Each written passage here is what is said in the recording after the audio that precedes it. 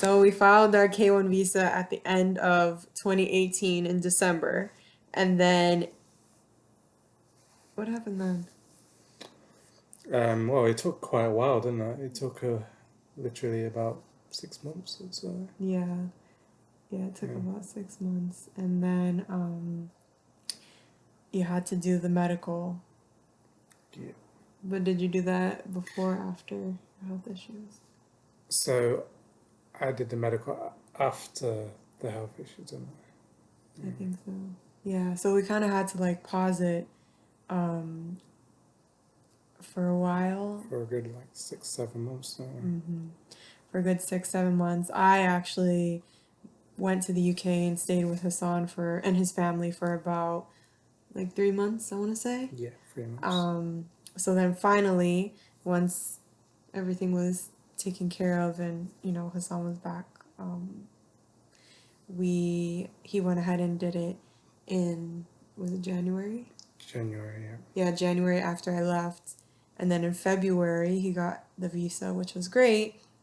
He booked his trip in April, Yeah, I booked in April for June.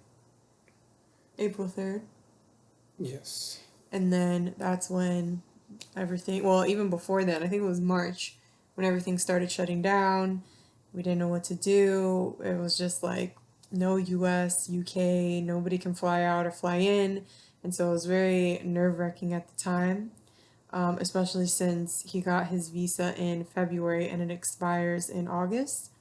So we were just hoping that the borders would open up again, and Hassan's flight kept getting pushed back more and more and more. And it was just like so like draining and just like depressing almost because Yeah. it's just like you're so close to the end and like all of this stuff was happening.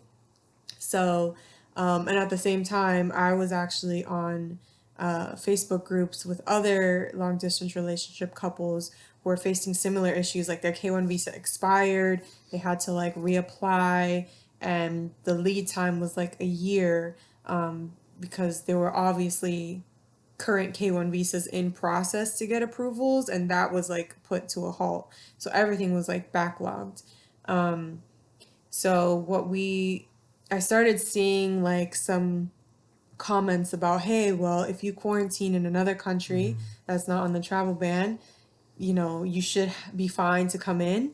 And so I started calling like border patrol people, I started calling immigration lawyers, and like everybody was just like giving me the runaround. The immigration lawyers were basically saying like there should be no reason why he can't come in, but what stops him is that he's from the UK. So the safest thing, we decided to do was go quarantine in Mexico, yeah. Mexico, yeah. There were a few other countries we could have gone down, but we thought, Mexico was the most financially sensible route to go down, and obviously being so close to our end port, which is Miami. Yeah, we just went down that route. Mm. And I know lots of people went down the Cancun route, but just thought we could stick in Mexico City, Yeah. and yeah, Yeah, just keep especially it simple. because Yeah. the I wasn't really sure like about Cancun in the beginning because I know it's like a tourist location. And so number one, we don't really want to be around a lot of people. Number two, since it's touristy, it might be a little bit more expensive. So that's why I took that into consideration. But how was your flight experience? My flight experience in the beginning. So in the beginning, they were asking me questions as to why I was going there. I just kept it simple. Said I'm going there as a tourist. The woman at the desk, she didn't really know like whether I was allowed to go on because And you of it. flew from where? Flew from Heathrow with KLM. Um, and yeah, she was a bit. I guess yeah, she wasn't in the know. I guess, but she asked her colleague, and everything was fine in regards to that. And once I got through that, that was fine. Had a transfer in Amsterdam, And that was okay as well. That went perfectly fine as well. No questions were asked. It was a long flight though. Nine, no, it was 9 hours, 9, 10 hours. Yeah. Yeah, so long flight. Luckily, uh, the plane was Empty. pretty empty. Yeah. Compared to the UK flight to Amsterdam, that was fully booked. Really uncomfortable, regards to yeah, just the plane being full, and even the flight attendants that pretty much apologized. Really? Yeah, yeah. Um, you know, it's it is what it is really. Got through it all right, and yeah, came into Mexico. Um, Pretty late, right? Like 8, pretty 9, yeah, 8 9 9 p.m. 9 p.m. And yeah, got to border patrol, and What questions did they ask? they asked obviously why I was there. I was told I look there as a tourist, and then she asked more questions. Have you been? Have you ever been to Mexico? What do you plan on doing here?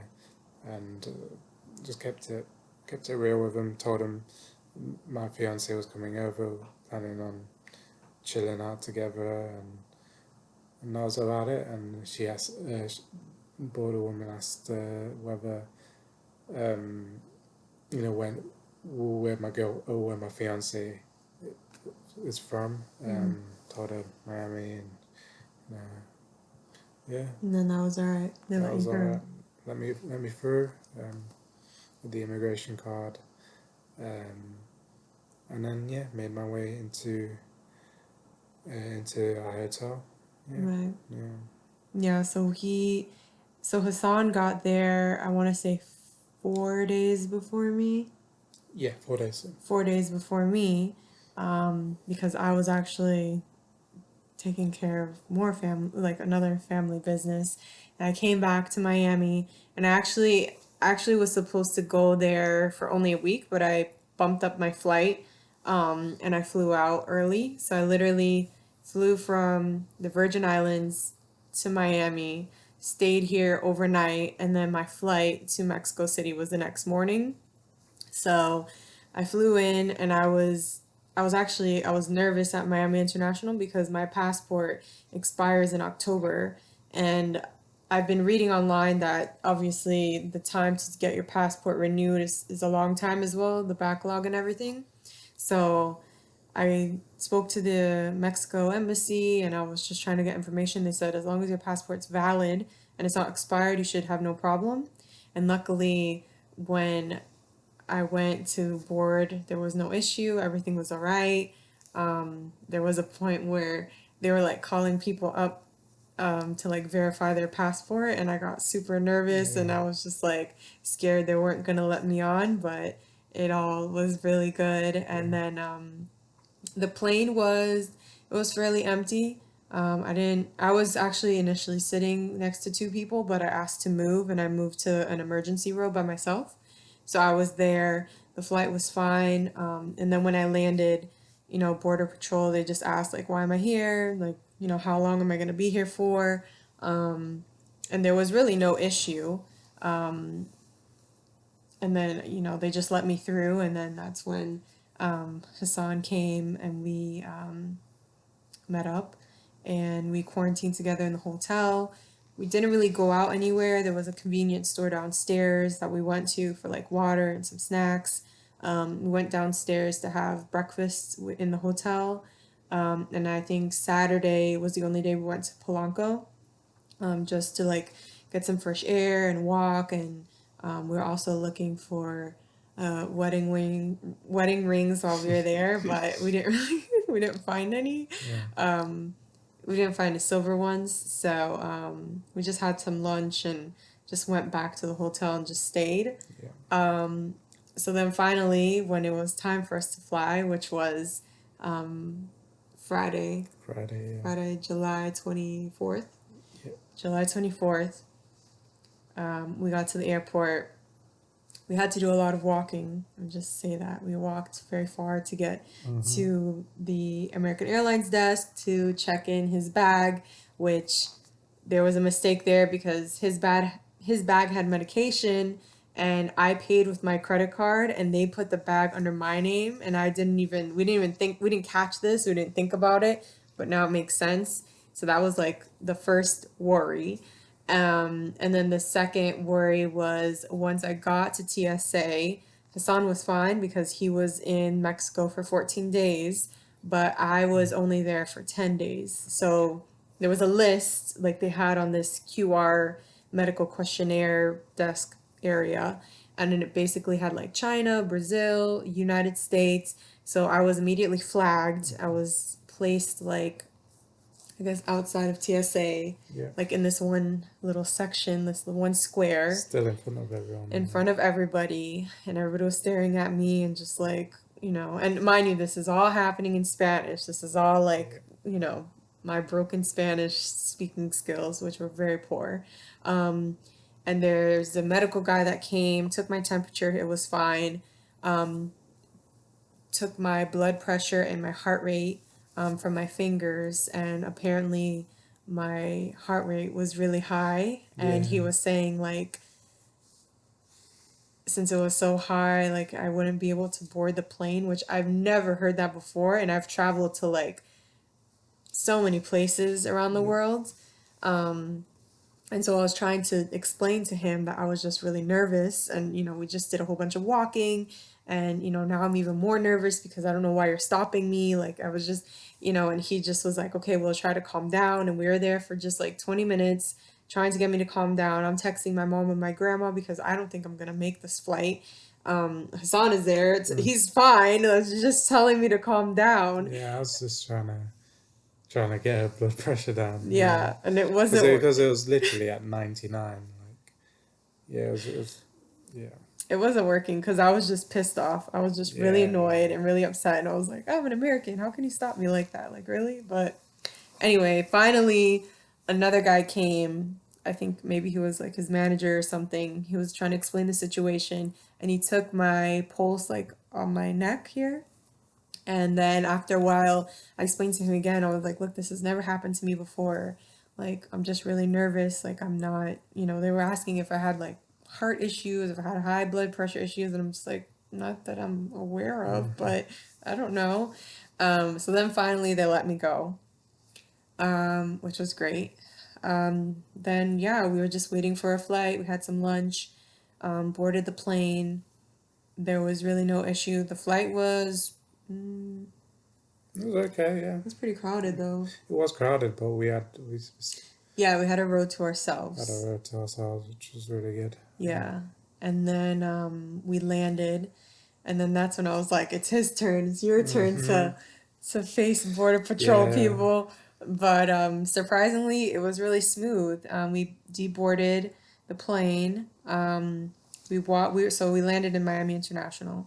Um, we there was an area where it's like if you were a US citizen or global entry was one way and then it was another way for like other services. Um, we didn't know initially where to go for Hassan because it was like it didn't really specify like visas. So we went to the kiosk and then I did my like receipt printout really quickly. And then when Hassan was doing his, he realized like, what do I press? And we Mm. went to like an attendant and was like, hey, we have a K1. Yeah. And so they instructed us to go to uh like another area. And then we went to what is it called? Like the desks, I guess. Like the desks with the border patrol, where they fingerprint you and all that. Yeah. And so you went there. We both went We there. both went there, and what did they do? Yeah, they basically told us to wait, and then another officer came in and just basically guided us into another room. Yeah. But before that, they took like your fingerprints. Oh yeah, they took my 4 fingerprints and I guess must have run my passport as they know Standard. standard. Yeah, and yeah, that was about it really. Yeah. Then they took us to the back. Yeah. They took us to the back, and then that's when they were actually processing his K1. And we were there for 45 minutes just waiting. And I guess there was like the two border patrol people that were there. I think the guy that was doing it wasn't really 100% sure what he was doing because it took a really long time. Yeah. But luckily everything went through. All the paperwork went well. Mm. And once Hassan got into the US yesterday, it was okay, now you have 90 days to get married. So we have technically until 24th. October 24th to get married. And yeah, I mean, once they let us go, we were still worried about the bag, but luckily it was there waiting for us. We opened it just to check. Hassan's medication was there, which was like such a relief. Yeah, it was a big relief. Yeah, it was huge relief actually. Mm-hmm. Yeah. And yeah, and then we just walked through the exit doors and here we are. Mm-hmm. So it was just a really I just want to say like anxious trip yesterday. We just thought a video might be better to just explain everything, and because we got a lot of questions.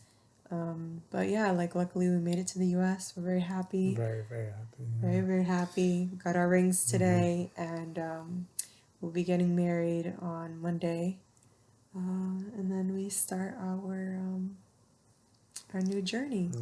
Distance is closed and our new journey begins. So we're very happy. Is there anything you want to say? No, just it's been what, nearly 8 years. 8 years. 8 years in Eight the making. years. Yeah. God. And it's just crazy how it's turned out.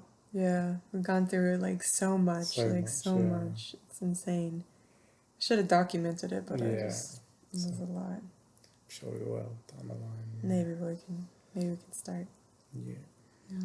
So yeah, just wanted to come on and just get everybody updated and wish us luck for Monday. That's a big day.